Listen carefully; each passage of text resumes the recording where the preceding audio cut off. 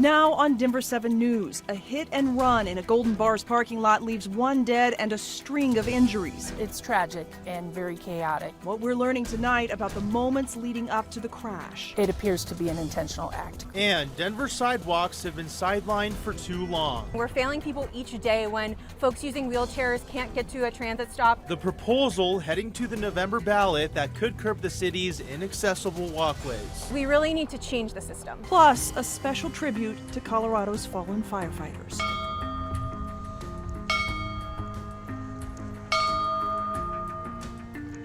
Good evening, and thank you for joining us for Denver 7 News at 5. I'm Jacqueline Allen. And I'm Brian Wang. First tonight, Jefferson County deputies are investigating a deadly intentional car collision after a fight outside of a bar in Golden earlier this morning. One person was killed, 7 others were injured. This happened just before 2 a.m. at the Rock Rest Lodge on Mount Vernon Road. That's where we find Denver 7's Colette Bordelon tonight. She joins us live with the latest. Colette. Yeah, Bion police say that the driver hit these people and it appears to be intentional outside the front of the Rock Rest Lodge, where police also say some of the victims who were hit worked. Now, I spoke with one woman who says she was here at the bar last night. She left before all of this happened, but she does say it was one of the busiest nights she's ever seen at the bar. Police were told the altercation that started it all involved the driver and some of the victims. Employees and witnesses say it may be gang-related, but that hasn't been confirmed by police yet. The driver was identified as Ruben Marquez, who's facing first-degree murder charges, along with 3 counts of first-degree assault and 3 counts of second-degree assault. Marquez has a criminal history dating back a decade in Colorado. The registered owner of the truck involved is Ernesto de Jesus Avila, who was a passenger at the time of the hit and run and faces a number of charges too. Another passenger who was in the truck at the time is not facing any charges. Like you guys said, 8 victims in total in this hit and run crash. 1 of them died. Out of the 7 who were hurt, 4 of them taken to a hospital with apparently serious injuries. 3 of them had minor enough injuries they were able to stay here and talk with investigators. Live in Golden, Colette Bordelon, Denver 7. All right, a lot of questions. I know you're on it, Colette. Thank you. Police from multiple departments are investigating 3 separate overnight shootings across the Denver metro. In Lakewood, a man was shot in the parking lot of King Soopers on West Alameda Parkway. He is expected to survive. In Aurora, 2 men were injured in a shooting near East Mississippi Avenue, and they are both expected to survive. A shooting in Edgewater sent 1 person to the hospital in serious but stable condition, and no arrests have been made in any of those shootings. There's now 5 people in police custody in Larimer County for drug trafficking. The Larimer County Sheriff's Office confirming these 5 people are allegedly part of a group distributing cocaine. Investigators searched 4 locations in Loveland, Fort Collins, and Frederick. They found $64,000 worth of cocaine, more than 3 grams of fentanyl, 17 firearms, more than $40,000 in cash, and 500 Xanax pills and other drugs. Detectives are still looking for 3 more suspects involved.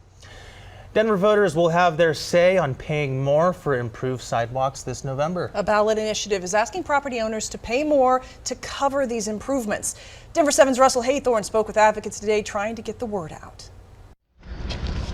Dominic Hughes spent much of his weekend pounding the pavement in an effort to improve the pavement. Do those 3 sound like ballot initiatives that you would support? Volunteers fanning out in the Highlands neighborhood this weekend in support of ballot initiative 307. Right now, 40% of sidewalks in Denver are either missing or not wide enough for someone using a wheelchair. At the moment, the upkeep and maintenance of sidewalks is each homeowner's responsibility in Denver.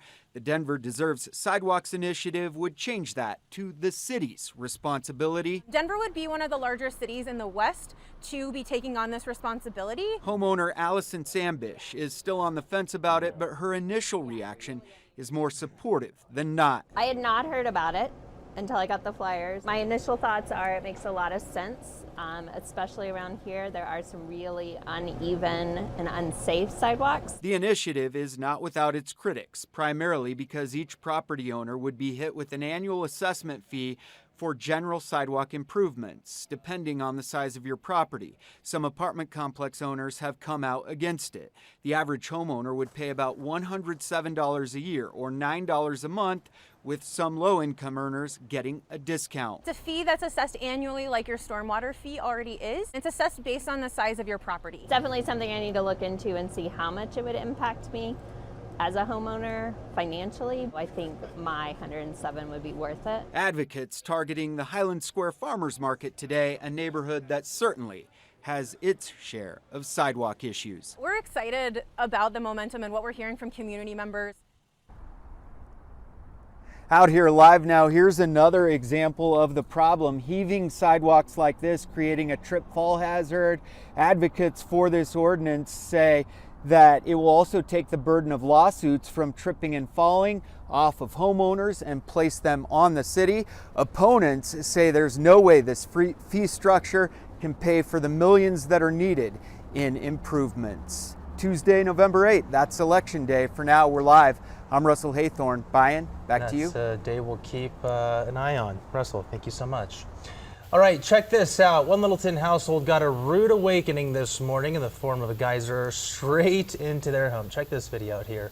West Metro Fire says a water main broke around 6 a.m. in the 7600 block of Sunshine Peak. Damage to the home was minimal, but some vehicles were struck by broken pavement. All right, state flags are flying half-staff today in honor of National Fallen Firefighters Memorial Weekend. It honors thousands of firefighter lives lost. 7 Colorado firefighters were honored in today's ceremony here in Maryland, including the air tanker pilot who died fighting the Kruger Rock fire near Estes Park last November when his plane crashed. This morning, families of the fallen firefighters got their own special American flag, a badge, and a rose. This memorial honored 469 members in total, including those not recognized during the canceled ceremonies during the pandemic. All right, new information tonight now that a report of the Sims fire is complete. You probably remember that fire back in May when officials determined a prescribed fire was the cause of the Sims fire. Since then, a report identified several recommendations to lower the risk of this happening again. I looked into the 59-page report sent to us by the U.S. Forest Service and found some lessons learned by those involved in the findings. When it comes to preventing incidents like the Sims fire from happening again, there were 5 recommendations. Some include providing a more robust framework to support the prescribed fire management program, increase agency support, improve coordination with interagency partners so everyone is on the same page, looking deeper into weather conditions and fire patterns when planning prescribed burns, and lastly, strengthen the review process before plans are finalized. The city and county of Denver is hoping people will do their part to clear dead leaves this fall, so the annual leaf drop program starts tomorrow. It runs through December 2nd. It's also completely free, so just remember to remove tree limbs or other debris, and you can find all the information on what drop-off sites are open on which days on denver.gov. All right, coming up on Denver 7 News at 5, marching towards a cure. Hundreds of walkers take to the streets of Denver to raise money for a good cause after a 2-year pandemic delay. Plus, pro football gets a wake-up call on concussions. I'm meteorologist Stacey Donaldson. Temperatures in the 70s today for afternoon highs across the Front Range and the Plains with lots of sunshine. I'll let you know how warm it's going to get on the 7-day forecast coming up.